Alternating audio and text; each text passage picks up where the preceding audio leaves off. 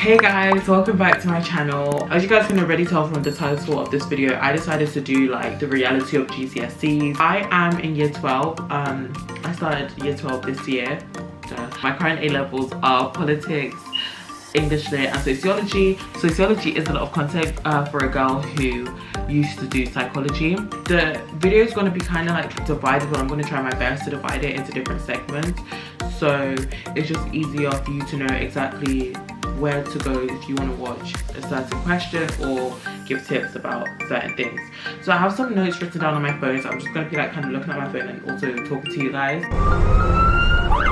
Every person's opinion about GCSEs are going to vary because obviously everyone does different GCSEs. Everyone is able to handle the workload differently. Everyone responds to a certain amount of pressure differently, and personally for me, I feel like I was able to cope. However, I did have those moments where I was crying, I was upset, I was nervous. First things first, enjoy year 11. This is your last and final year in secondary school, and I don't mean bunk lessons, you know, go to school late, all of these things. Don't go to school at all. That's not what I'm saying. I mean create memories, have fun memories, always take pictures, take a lot of snaps, have fun, because this is your last year, and make sure your group of friends are also serious about doing their GCSEs, because if they're not, there's somewhere in the Bible, I put the scripture up somewhere, and it basically says that if someone hangs around fools, they're going to become a fool. If someone doesn't hang, like who you hang around with represent your goals and ambitions and who you are. Also, when I'm recording this, my birthday's in 25 days. The first bit, I guess, is I already briefly touched on this, but having a good support system. So when I say having a good support system, or when I say that you should have a good support system, it's just basically who you surround yourself with, your friends, your family as well. Like for me, my friends were a really good support system, but also my mum was, you know, there for me. I would go over something over and over and over and over again, especially for maths, and if I didn't understand it, I would get so upset and I would get frustrated, and then sometimes I would even end up crying. And then for my mum to be there and to be like, you know what, Janae, take a break. Someone has to force you to take a break. Sometimes you overtire yourself, like you end up doing more than you actually should. Making sure that you have someone to tell you to take a break and that you're doing enough, because it can also be very hard to know whether you're doing enough, because you always feel like other people are doing more work than you are actually doing. Work within your limit. I don't mean don't push yourself, but I don't mean completely tire yourself out, so when it's the day of the exam you're burnt out and you're exhausted and you can barely remember what happened. And that's one thing that not what happened, you can barely remember what you revised. Okay guys, mocks, big one. Mocks are coming, well, for my school, for my old school anyway, I know that mocks are coming up soon. Mocks. If you revise, and I mean you actually give it your all and you revise, then guess what? Mocks are just mocks. Mocks are literally absolutely just mocks. Like, I can't express this enough. Like, I know it feels like I'm exaggerating, but how GCSEs actually are compared to mocks, completely different. Like, completely different. Mocks are so much more intense. You have them basically back to back.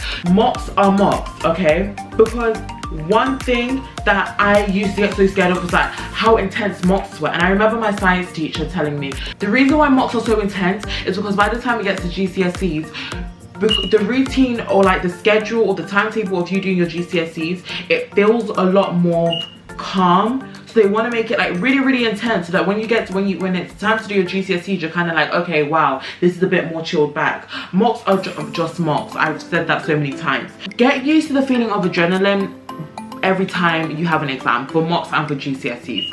Every time you have an exam, you're going to be like, oh, I'm nervous.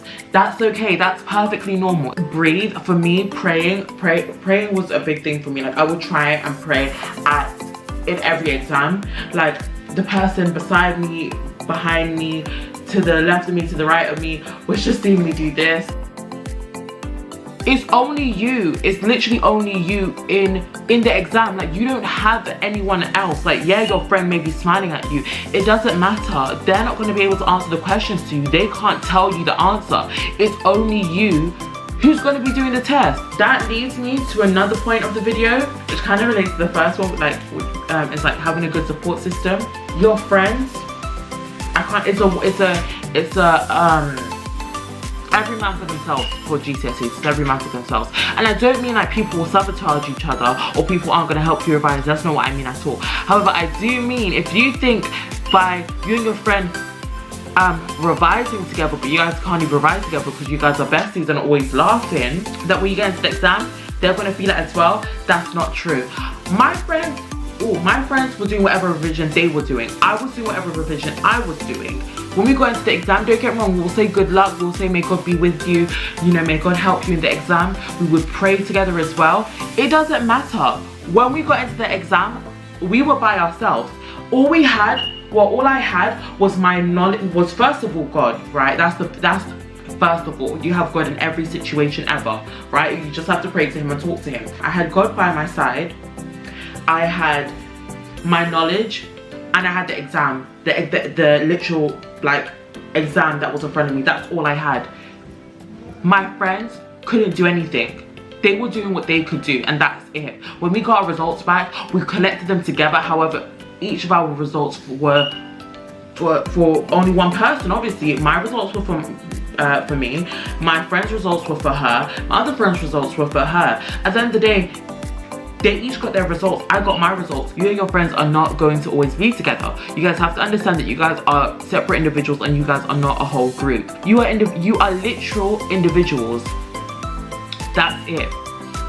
You are a student ID. You are a number, literally a number, and that's it.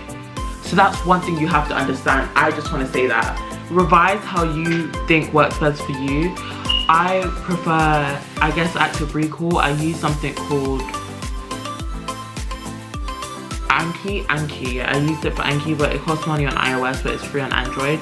So I'm using something now for A-levels called Notion, which is not, it's not flashcards, but it's like you type it up, and I'm using some method. I put the method up on the screen because I can't remember what it's called. I mean, the reason why I do like it is because it tells you when to revise the times again. So if you're getting the answer correct, then it'll tell you to revise it in like 2 days, 5 days, and it continues adding up, or they'll tell you to wait for a longer period of time. But if you're not remembering at all, you know, there's like there's green, I think yellow and red, and yeah. Another thing that works for me is saying it out, teaching people, pretending to teach people. Sometimes I'll teach my friends as well if they didn't understand it, or they would teach me, and it kind of just helped. If you have a friend in your class, that helped as well. That was for like science more so. For history, teaching my friends also worked. For history, I'm going to be really honest with you. I believe that the only reason why I passed was because of God. Because if my history teacher sees this, I believe I am good at history. However, the amount of effort I put in, I could have put in more effort. I got a B in history, so it's not really that bad. But a lot of the subjects like history, a lot of written subjects, make sure you know the structure that works for you, and make sure you know the key terminology. And yeah, I'll do more videos separately about how to obviously get better grades, because before I took my GCSEs, like the mocks before I took my GCSEs, I got a low grade for my history exam, and then when I obviously done my GCSEs, I got a B. So I know it's not like an A star or like a 9 or whatever, but I did jump up like quite a few grades, and I was very surprised. So yeah, I'm gonna sign out the video though. Hopefully it's not too all over the place. I know that a lot of like when you're in year 11, you kind of don't really understand the true meaning. Not like the true meaning, but I know you don't really realize.